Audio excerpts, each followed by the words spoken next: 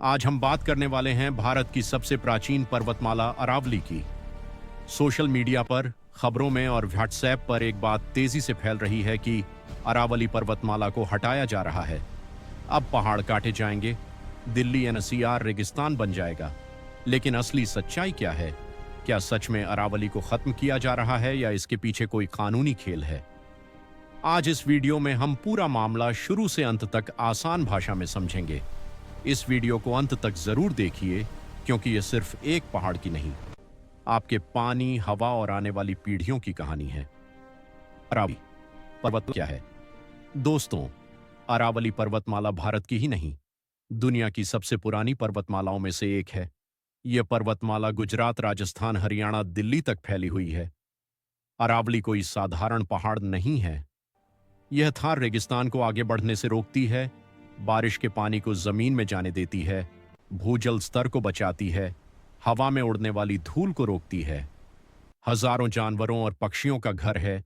सीधे शब्दों में कहें तो अरावली उत्तर भारत की जीवन रेखा है। विवाद की शुरुआत कहां से हुई? अब सवाल आता है, विवाद क्यों हुआ? दरअसल हाल ही में सुप्रीम कोर्ट ने अरावली पर्वतमाला की एक नई परिभाषा को मंजूरी दी। पहले क्या होता था? छोटी छोटी पहाड़ियां भी अरावली मानी जाती थीं, उन पर खनन और निर्माण पर रोक थी। लेकिन अब नई परिभाषा में कहा गया है केवल वही पहाड़ अरावली माने जाएंगे जिनकी ऊंचाई 100 मीटर से ज्यादा हो। यहीं से सारा बवाल शुरू हुआ। नई परिभाषा से खतरा क्या है? अब ध्यान से समझिए। अरावली की ज्यादातर पहाड़ियां 100 मीटर से कम ऊंचाई की हैं। विशेषज्ञों का कहना है कि लगभग 90% अरावली पहाड़ियां अब कानूनी रूप से अरावली नहीं मानी जाएंगी। और जब कोई इलाका अरावली नहीं माना जाएगा तो उस पर पर्यावरण कानून लागू नहीं होंगे। खनन की अनुमति मिल सकती है, बड़े निर्माण हो सकते हैं, जंगल साफ किए जा सकते हैं, यानी पहाड़ रहेंगे, लेकिन कागजों में खत्म कर दिए जाएंगे। इसीलिए लोग कह रहे हैं कि अरावली को हटाया नहीं जा रहा, बल्कि चुपचाप कमजोर किया जा रहा है। पानी पर क्या असर पड़ेगा? दोस्तों, अरावली का सबसे बड़ा काम है पानी को जमीन के अंदर पहुंचाना। जब बारिश होती है, पहाड़ियां पानी रोकती हैं, पानी धीरे धीरे जमीन में जाता है। कुएं, ट्यूबवेल, नदियां जीवित रहती हैं। अगर ये पहाड़ियां कट गईं तो पानी बहकर चला जाएगा, भूजल स्तर नीचे चला जाएगा। किसान सबसे पहले प्रभावित होंगे। दिल्ली, हरियाणा और राजस्थान पहले ही पानी की कमी से जूझ रहे हैं। अगर अरावली कमजोर हुई तो आने वाले समय में हालात और खराब होंगे। हवा, प्रदूषण और रेगिस्तान। अरावली एक प्राकृतिक दीवार की तरह काम करती है। ये थार रेगिस्तान की धूल को रोकती है, गर्म हवाओं को कम करती है, मौसम को संतुलित रखती है। अगर यह दीवार टूट गई तो क्या होगा? दिल्ली एनसीआर में धूल भरी आंधियां बढ़ेंगी, प्रदूषण और खराब होगा, तापमान और ज्यादा बढ़ेगा, रेगिस्तान आगे बढ़ेगा।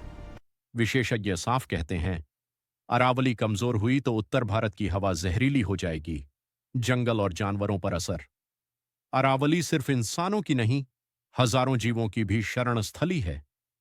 यहां रहते हैं तेंदुए, सियार, हिरण, पक्षियों की सैकड़ों प्रजातियां।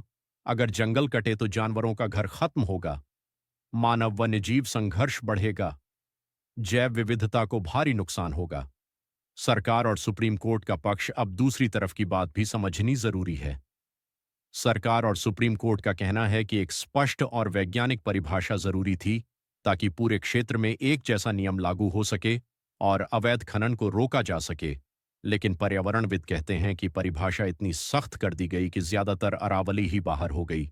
यही सबसे बड़ा विवाद है। राजनीतिक और जनता की प्रतिक्रिया। पूर्व मुख्यमंत्री अशोक गहलोत समेत कई नेता और विशेषज्ञ कह चुके हैं कि यह फैसला भविष्य के लिए खतरनाक है। सोशल मीडिया पर अभियान चल रहे हैं, लोग अरावली बचाने की मांग कर रहे हैं, पर्यावरणविद चेतावनी दे रहे हैं। लोगों का सवाल है, क्या विकास के नाम पर प्रकृति को कुर्बान किया जा रहा है? सच्चाई क्या है? तो दोस्तों, सच्चाई यह है कि अरावली को बुलडोजर से नहीं हटाया जा रहा, लेकिन उसकी कानूनी सुरक्षा कमजोर की जा रही है। अगर समय रहते ध्यान नहीं दिया गया तो खनन, निर्माण, जंगलों की कटाई तेजी से बढ़ सकती है और इसका नुकसान आप, मैं और हमारी आने वाली पीढ़ियां भुगतेंगी। अगर आपको यह जानकारी जरूरी लगी हो तो वीडियो को लाइक करें, शेयर करें, कमेंट में बताइए, क्या अरावली को बचाने के लिए सख्त कानून होने चाहिए? और ऐसे ही जरूरी और सच्ची खबरों के लिए चैनल को सब्सक्राइब जरूर करें।